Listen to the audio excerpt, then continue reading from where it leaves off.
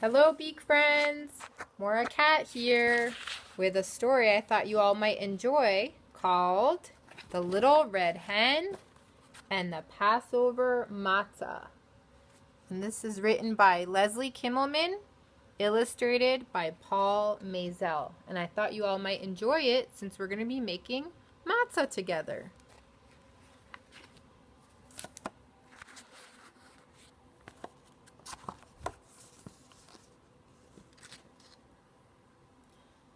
The year was passing. The little red hen could feel the change of the seasons in the tips of her tail feathers.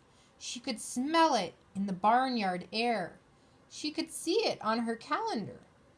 "Oi, Gvalt!" exclaimed the little red hen, thinking ahead to spring. "Before I know it, it will be time for Passover. I will need some matzah for my Seder dinner, and that begins with some grains of wheat."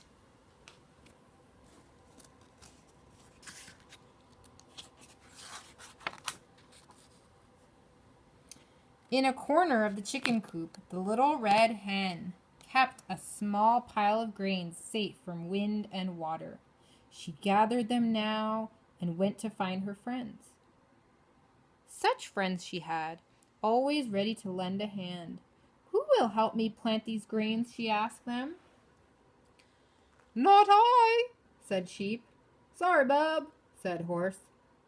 "Think again," said Dog, a little bit rudely. The little red hen was not happy. Okay, she grumbled. "I should worry. I'll just do it myself."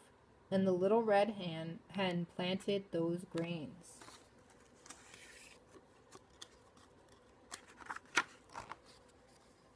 Months passed. The sun shone, the rain fell, and the grain grew tall. The little red hen waited patiently. Finally, there was a field of wheat ready to be harvested. The little red hen went to find her friends. This time she was sure they'd lend a hand. "Who will help me cut the wheat?" she asked. "Not I," said Sheep. "Sorry, bub," said Horse. "Think again," said Dog, a little bit rudely. "We're your friends, not your servants." The little red hen was definitely not happy.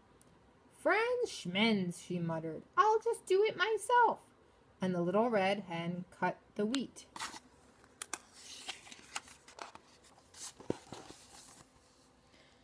The wheat was ready for the mill. The little red hen gathered it together and went to find her friends.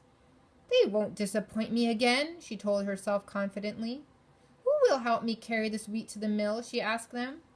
"Not I," said Sheep. "Sorry, bub," said Horse. "Think again," said Dog, a little bit rudely. "We're resting."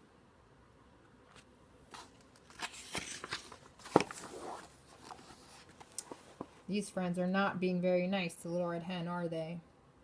The Little Red Hen was really not happy this time. "I should live so long," she confessed to this bunch of lazy, no-good nudniks putting on a day's work. "I'll just do it myself." The little red hen took the wheat to a special Passover mill where a miller ground it into flour. Then she schlepped that flour back home in a big, heavy sack, clucking to herself all the way. And here's poor little red hen carrying all that wheat all by herself.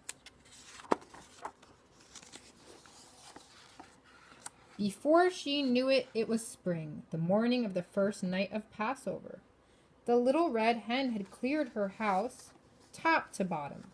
There wasn't a crumb of bread to be found anywhere.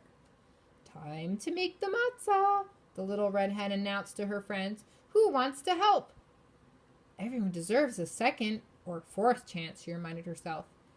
But what do you think the little red hen heard?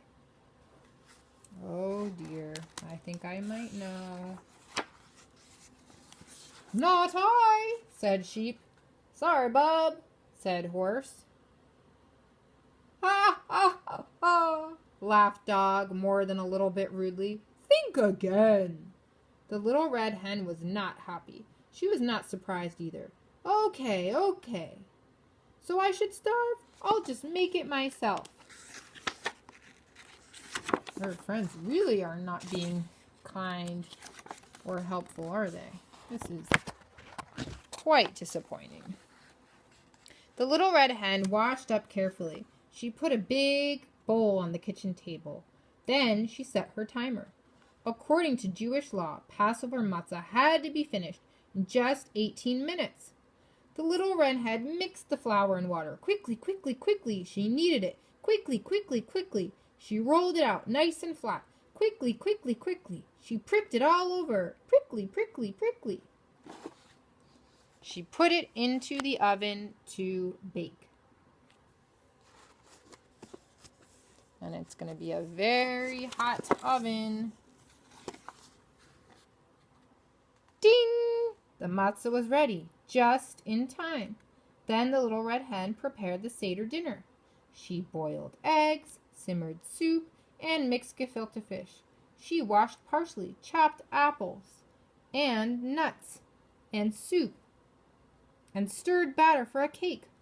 Finally, she set the table, putting a beautiful Passover Haggadah at each place, and an extra chair for Elijah the prophet, should he come, God willing. She finished with a covered plate of homemade matzah. The little red hen sat in a chair and waited. When the sun began to set in the evening sky, there was a knock at the door. Guess who was standing there? And who do you think was at the door? Here's little red hen and her little chicks sitting at the Seder table. And here are horse and dog and sheep at the door. Bah! Nay! Woof, woof, woof. We're famished, they told the little red hen. What's for dinner? You've got to be kidding, scolded the little red hen. What chutzpah! You didn't help me plant the grains when I asked you. You didn't help me harvest the wheat or carry it to the mill or take it back home again. You didn't even help me bake the matzah. So tell me, why should I share my Seder with the likes of you?